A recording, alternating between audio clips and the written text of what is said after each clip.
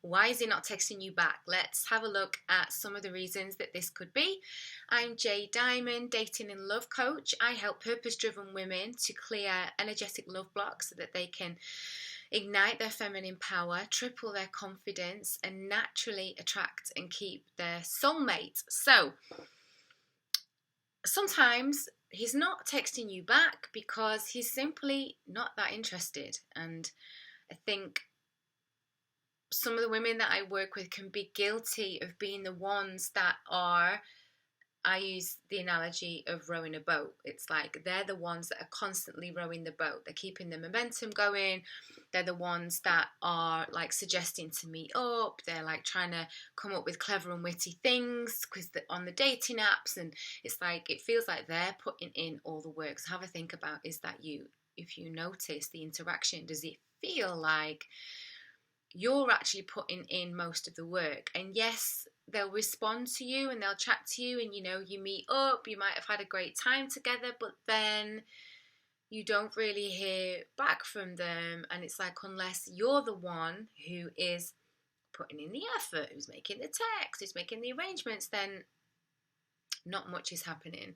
And usually this is because there's not actually that much interest, I'm sorry to say. When a guy is really interested in someone, generally you'll know about it. There's this fantastic phrase, if he likes you, if he really likes you, you'll know. And if he doesn't, you'll be confused. So often when a guy's really into you, he's more worried that you might be more interested in someone else, and he wants to keep your attention. That doesn't mean he's going to be texting you all day, he's going to be texting you all night, and if he misses a good morning text that something's wrong. No, he does have his own life, but generally you'll be quite clear about where you stand. So that's that about that. The other piece is, it can be a game, if you're the one who's usually texting first, or they feel like they're trying to make you feel unsteady, they're trying to make you feel a bit insecure so that they can get a sense of power in the dynamic. And this can happen with all different women, but actually some of the clients that I've had who've been models and dancers and things like that, what happens is, because of who they are, because they're very attractive women, because they have a lot going on, unfortunately, some guys do feel insecure around them. And unfortunately, like insecure man who's not very strong in his own sense of self and his masculinity will try to make that woman feel inferior and kind of knock her off balance. And one of the ways that he can do that is a message will come in and he'll kind of feel a sense of power about that. It's like, oh, will I message her back now? Will I make her wait? Oh, she really has all this kind of narrative going on in his head, and he's making you wait on purpose to kind of make you miss him, make you want him more. So, if you detect there's a game, you just take yourself out the game.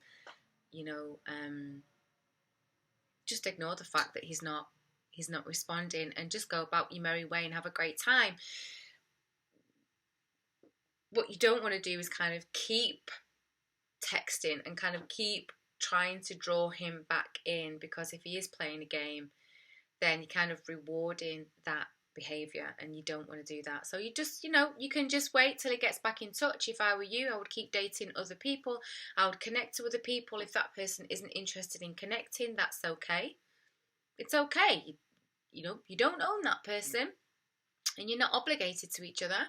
So just put your energy and attention on other people. And that's why, the Vibe dating method, in one of my programs, we talk about keeping your options open so that you're not hyper focused on one man and like literally counting the hours, hopefully you're not, that he's not messaged you back.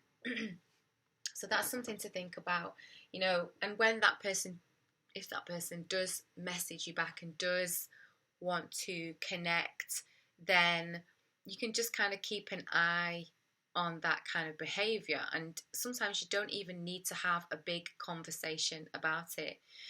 If you feel turned off that this person's a bit inconsistent, you can say that. feel a bit inconsistent, I'm not sure if I want to go out now, actually. If that's actually genuine for you, and you can have a conversation and then see, if he stops playing games. Some people don't want to stop playing games. I just have to kind of let you know that some people thrive on that kind of energy. And, is that really what you want to connect to? So, you can give him an opportunity to step up. And if he doesn't, then don't bother. I mean, if there has been a really good momentum with someone and generally it has been consistent and then it kind of goes a little bit off the boil, something I want you to think about is, and I'm just, gonna have to say this to you straight, are your texts boring? Because one of the things I hear from guys, actually, is that some women can be very boring to text. They're just like, hi, what did you do today? Yeah, I went to work today. It's like crickets, man. It's like really hard to build momentum and connection if you kind of only just giving like a checklist of, I got up and then I went to work and then I went for a coffee. It's like, sometimes when we don't know someone, it can be a little bit difficult to get that kind of conversation off the ground. So you want to think about connecting more about sharing who you are and what you are about and how you feel about the things that you did today. It felt great to connect with a friend at work today. I've not seen her for ages, and we always have a really good laugh together. We were talking about this thing that we were watching on Netflix. How was your day? Is a lot more fun and a lot more interesting and a lot more easy to kind of build momentum and keep that momentum going and keep that kind of text conversation going, which you shouldn't be texting forever, but that's for another video. Rather than, I went to work today, it was a bit boring, how about you? And you're constantly expecting them to entertain you with text when you're just not very entertaining yourself. So that's something to think about. Like, do you just kind of shoot off a checklist? Are you actually a bit boring in your text? Do you need to pull your finger out a bit yourself and think about am I actually leading a great life? Or am I expecting someone else to come in and save me and give me an entertaining life? What is great about my day? Do I focus on those moments? And that's all you really need to do. You don't need to be all singing, all dancing.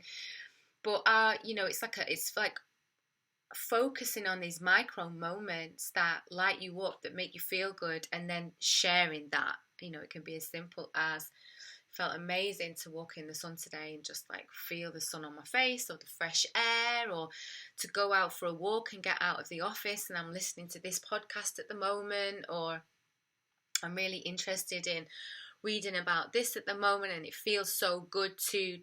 whatever it is that you're kind of into at the moment, So that's about momentum. And also mentality is a big piece in whether someone is actually pursuing you or not. So obviously we live in a digital age with dating apps where we have this illusion of that we have all of these options, where the reality is they are people to connect to, but they're not necessarily good for you. But because we're living this illusion of options, sometimes it might be that they're kind of talking to someone else, or they're waiting for you to pursue them, and they just want to kind of lean back and, whichever woman is making the most effort, may the best woman win. I don't advise you basing your relationship and connection with someone on you jumping through hoops, because there's something about nature's way where when a man is invested in you and is pursuing in you, it ignites something in him and it creates a very beautiful dynamic for you to respond to, where you can it kind of creates this great harmony and flow together, right? But kind of on a mentality note, do you view yourself as deserving of the best, or are you trying to keep things going with people where there's probably not a lot of natural momentum because you feel like you have to prove yourself, because you worry that maybe you're not good enough, and the kind of all these kinds of things, there's women who are very magnetic often are not women who are chasing men and really trying to keep their interest. They're women who feel very sure about themselves, feel very confident about themselves. They can allow themselves to have conversations with different men and be responsive to what feels attractive to them, but they're sure in their self-esteem. They feel good about who they are. They know they're deserving of the best. And so if a guy doesn't pick up the ball, they leave it. They play with someone else. You want to play a game, a good, healthy game of love and fun and desire and sexual chemistry with someone who wants to play, not someone who sits on the sidelines with you running around with the football trying to make the game play. Like, you need two players, right? You need two players. So, you want to be that woman who has that bit of magic about her, who feels very sure about herself and can, if a guy isn't interested in connecting with you and pursuing with you, that you're not afraid to let him go, because you really know that there are a number of matches in the world, not just this one guy. Like, don't just get hung up on this one person who isn't texting you back. Put your energy and attention into those who are putting their energy and attention into you, and you'll see results so much quicker. Anyway, I hope this helped. Let me know, subscribe, like, let a friend know, and check out my other videos. Okay, bye.